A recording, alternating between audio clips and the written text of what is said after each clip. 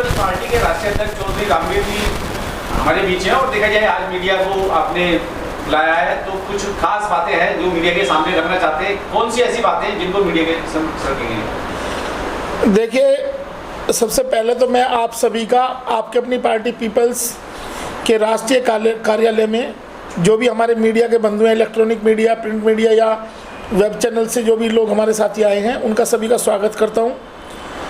आज की ये जो एक अर्जेंट प्रेस कॉन्फ्रेंस बुलाई गई है, इसका कारण है कि अभी निकट भविष्य में मध्य प्रदेश और छत्तीसगढ़ राज्य में चुनाव होने जा रहे हैं। साथ साथ हमने दिल्ली के लिए कार्यक्रम दिया था, अभी कुछ दिन पहले आप लोगों को सूचित किया था।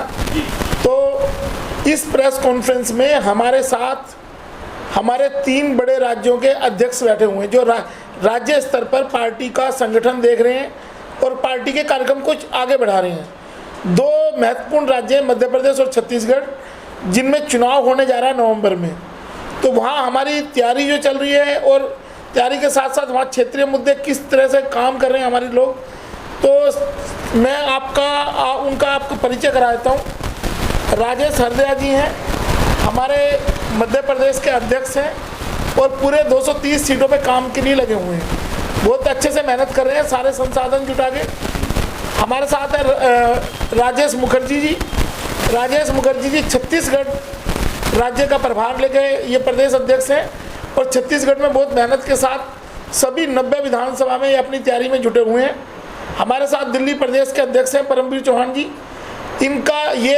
इनकी देखरेख में और इनके नेतृत्व में 25 जून से पूरी दिल्ली की 70 विधानसभाओं में जाति उन्मूलन कानून को लेके नुक्कड़ मीटिंगें आयोजित की जाएंगी। तो ये सभी हमारे प्रदेश अध्यक्ष हैं, ये अपने अपने राज्य के बारे में आपको जानकारी देंगे और आपको हम एक बार फिर स्वागत करते हैं। और हम चाहते हैं कि देश के कोने कोने तक आप हमारे प्रदेश अध्यक्ष जो भी हैं, जिन राज्यों से आए हैं, उनकी बात पहुंचाएं। तो पहले राजेश हरदिया जी हैं, आप इनसे इंटरेक्शन कर सकते हैं और इनसे बातचीत जो भी क्वेश्चन आपका वो करें। राजेश जी, क्या कहना चाहेंगे मध्य प्रदेश के बारे में? आपको सूचना दी गई है प्रदेश अध्यक्ष के लिए, क्या आपकी जो है कि तैयारियां चल रही हैं, किस तरीके की आप जो है कि टीम गठित कर रहे हैं, थोड़ा वो जानना चाहेंगे। जी सर, आप लोगों का हमारे इस प्रेस कॉन्फ्रेंस में स्वागत है। और मेरा नाम जो है राजेश हरदहा है, मैं मध्य प्रदेश से बिलोंग करता हूँ। मेरे को जो बड़ी जिम्मेदारी दी गई है उसके संबंध में मैं आपको बताना चाहता हूँ कि मैंने लगभग पिछले 1 साल से पूरे मध्य प्रदेश का विजिट किया। हर विधानसभा का विजिट मैं कर चुका हूँ और मेरी तैयारी जो है पूरी 230 सीटों को लड़ने की है और मैं मध्य प्रदेश को एक विकल्प के रूप में देना चाहता हूँ आपकी अपनी पार्टी पीपल्स को।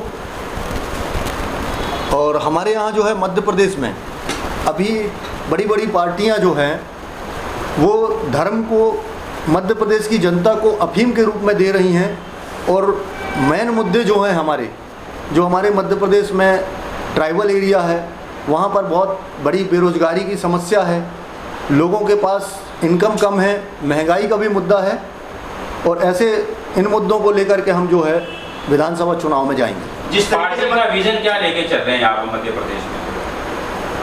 पार्टी का विजन है हर हाथ में रोजगार हो और हर किसी से हमें मिले सहयोग। मध्य प्रदेश में देखा जाए 60% ओबीसी कम्युनिटी की आबादी है, क्या ओबीसी कम्युनिटी पे आपकी अपनी पीपल्स पार्टी का भी फोकस है? जी हाँ सर, मैं भी ओबीसी कम्युनिटी से आता हूँ और मैं जिस समाज से बिलोंग करता हूँ वो भी 16% में है मध्य प्रदेश में। और ओबीसी बहुत सारे संगठनों से हमारी बातचीत चल रही है, संगठनों के साथ बैठक हो रही है और संगठनों का रुझान भी जो है आपकी अपनी पार्टी की तरफ बन रहा है। क्या योजनाएं हैं ओबीसी कम्युनिटी के लिए अपनी पार्टी की? ओबीसी को लेकर के योजनाएं ये हैं, हम 230 सीटें अगर फाइट करते हैं और हमारी सरकार बनती है तो जो ओबीसी की मांग है 52% की, वो हम उसको पूरा करेंगे। सर, शिवराज मामा का जो किला है लंबे समय चलता है, उसे कैसे ध्वस्त कर पाएंगे? शिवराज मामा का किला तो शिवराज मामा खुद ही ध्वस्त कर रहे हैं। जो आज मध्य प्रदेश में भ्रष्टाचार फैला हुआ है, नशाखोरी फैली हुई है, ये सारा शिवराज मामा के किला ढहाने के लिए पर्याप्त है। क्या सबसे बड़ा मुद्दा है वहाँ पे इस समय जो है कि क्या समस्या है? सबसे बड़ी समस्या तो जो राष्ट्रीय समस्या है बेरोजगारी की, वो है ग्रामीण क्षेत्रों में जो विकास यात्रा चल रही है, जो विकास यात्रा दिखाई जा रही है, हकीकत में ग्रामीण क्षेत्रों में वो विकास नहीं है आज भी। सचिवालय में भी आग लगी थी तो बताया जाता है काफी बड़ा लेवल पे भ्रष्टाचार के चलते ऐसी आग लगाई गई है या लगी है, क्या आपका कहना है? ये सारी जो है गतिविधियाँ जो हो रही हैं वो अपने पापों को छुपाने के लिए किया जा रहा है, और हो सकता है, मेरा ये मत है कि उसमें भ्रष्टाचार हो। बहुत सारे भ्रष्टाचार पिछले समय में निकलते भी रहे। राजेश मुखर्जी जी हैं, छत्तीसगढ़ से हमारे प्रदेश अध्यक्ष हैं। आप लोगों का सबका स्वागत है। मैं राजेश मुखर्जी, छत्तीसगढ़ से आपकी अपनी पार्टी पीपल्स का प्रभार मुझे दिया गया है, अध्यक्ष पद का, और मैं पूरे 90 विधानसभा में तैयारी कर चुका हूं और मेरी तैयारी ज़ोर शोर से है। किस तरीके की आपकी तैयारियां चल रही हैं आपकी अपनी पार्टी पीपल की? मेरी तैयारी इसलिए चल रही है कि चुनाव आता है, बीजेपी कांग्रेस जो होती है लालच देती है मतदाताओं को कि 500 रुपये 1000 रुपये जो रात को घर में पहुंचते हैं, अगर हमारी सरकार छत्तीसगढ़ में बनेगी तो मैं पर डे एक मतदाता को 500 रुपये दूँगा पर डे, 5 साल अगर रहूँगा। क्या वहाँ की मुख्य समस्या है? वो मुख्य समस्या वहाँ की पलायन, भ्रष्टाचार। भूपेश सरकार बैठी, उन्होंने कहा था कि हम शराबबंदी कर देंगे, शराबबंदी नहीं की। 15 साल बीजेपी सरकार रही, उन्होंने भी भ्रष्टाचार पे बढ़ावा दिया। हमारा भ्रष्टाचार पे भी है, ठीक है, बेरोजगारी पे भी है, और गरीबी पे बैन करने के लिए है। इन्होंने जैसे बजरंग दल वगैरह को जो बैन करते जा रहे हैं, तो गरीबी को बैन करिए। जाति उन्मूलन कानून तो हम लागू करने के लिए प्रयासरत हैं, हमने वहाँ भी राज्यपाल को ज्ञापन दिया हुआ है और जिसका हमें आया भी है। तो ये तो हमारा मेन मुद्दा है, और भारत के लोग हैं, हम भारतवासी हैं, ये भी हमारा दूसरा मुद्दा है। हम इसको लेकर देखा जाए आदिवासी क्षेत्र है, आपका एरिया जो है, आदिवासियों को आए दिन तमाम तरह की परेशानियां रहती है, तमाम उनके साथ शोषण अत्याचार होता है। क्या आपकी अपनी पीपल्स पार्टी उनके लिए भी कुछ काम कर रही है? उनके लिए काम कर रही है। उनका जो जमीन है, जल जमीन, इसके लिए हम प्रयासरत हैं सर, बिल्कुल प्रयासरत हैं। भूपेश सरकार कह रही है कि बहुत हम अच्छा काम कर रहे हैं, तो इस पे आप क्या कहेंगे अपनी? वो सिर्फ लॉलीपॉप देखिए, सिर्फ लॉलीपॉप, कागजों में कार्रवाई नहीं होता, प्रैक्टिकल कुछ नहीं। प्रैक्टिकल जाएंगे आप जमीन तक तो कुछ नहीं। सर, जमीनी स्तर पे आपकी अपनी पार्टी पीपल्स जो है क्या कर रही है लोगों को जोड़ने के लिए, क्या प्रयास, क्या कदम उठाए? मैंने बताया ना सर आपको कि हम लोगों के बीच इसलिए जा रहे हैं, एक तो गरीबी हटाइए, है ना, दूसरा जो आपको प्रबोधन दिया जाता है कि 500 रुपये 1000 रुपये में आपके वोट खरीदे जाते हैं, है ना, तो 500 रुपये और 1000 रुपये में जो वोट खरीदे जाते हैं, वो 500 और 1000 रुपये जो आप ना लेके आप हमको सरकार में लाइए, मैं पर डे के हिसाब से पूरे 5 साल आपको 500 रुपये दूंगा। इसके अलावा कुछ और मुख्य मुद्दे हैं, जैसे वहाँ के मुख्य मुद्दे वहाँ बेरोजगारी है, सूदखोरी है, सूदखोरी को भी ख़त्म करना है। वहाँ रिश्वतखोरी इतनी है, सूदखोरी इतनी है, ब्याज में पैसा देते हैं, गरीबों को लूट रहे हैं। छत्तीसगढ़ जो है काफी नक्सल प्रभावित रहा है, तो वो कैसा आपके मुताबिक वहाँ पे क्या चल रहा है? देखिए, नक्सल ठीक है या नहीं? नक्सलवाद को बढ़ावा देने वाले जो है एक करप्शन। नक्सलवाद कौन है? आप और मैं हैं। नक्सलवादी इसलिए बने हैं। नक्सलवाद कौन है? सताए, पुलिस प्रशासन के सताए हुए, नेताओं के सताए हुए, ऐसे लोग हैं सर। पहले सभी प्रेस बंधुओं को नमस्कार करता हूँ। अपनी पार्टी में जो आप सब यहाँ पे आए हैं उसका मैं धन्यवाद करता हूँ। जाति उन्मूलन कानून को लेकर हमने सबसे पहले अभियान चलाया था। हमने सभी राष्ट्रपति ज्ञापन के लिए हमने उनको बताया है कि, और सभी प्रदेश अध्यक्ष जितने भी हैं उन्होंने भी ज्ञापन दिया है। हम भी एलजी को ज्ञापन दे के आए हैं, उसके बाद कोई निष्कर्ष नहीं निकला। उसके बाद हम अभी नुक्कड़ सभा 70 की 70 विधानसभा में अपनी नुक्कड़ सभा करेंगे, और हर इस अभियान से हम सभी लोगों को ध्यान देंगे कि जाति हटाओ कितना ज़रूरी है हमारे लिए और हमारे विकास के लिए। जब जातियाँ हटेंगी जब भी विकास होगा, और हर विकास जब भी होगा जब जो भी सरकार है वो ये चीज़ देखेगी कि पहले क्लास बनाई जाए, और जाति हटा के जब क्लास बनेगी तब लोगों तक विकास पहुँचेगा। 70 विधानसभा में किस तरीके की आपकी तैयारियाँ हैं? थोड़ा हमारी तैयारी है कि हमने हर विधानसभा वाइज कार्यक्रम दे दिए हैं। हमने डीसीपी को अपने लेटर दे, कमिश्नर को लेटर लिख के दे दिया है, वहाँ से परमिशन हमारे पास आ गई है। और मीडिया बंधु को भी हमने सारी चीज़ हमने बता दी है कि हर विधानसभा में हर एक दिन में 2 विधानसभा हम कवर करेंगे और विधानसभा नुक्कड़ सभाएं जो करेंगे हम, वो एक पॉइंट हमने पर्टिकुलर पॉइंट दे दिया है, उसमें हम मीटिंग करेंगे। परवीन, जिस तरीके से जाति की बात की जा रही है और यहाँ संविधान खतरे में है, जब संविधान ही नहीं बचेगा तो जातियाँ क्या करेंगी?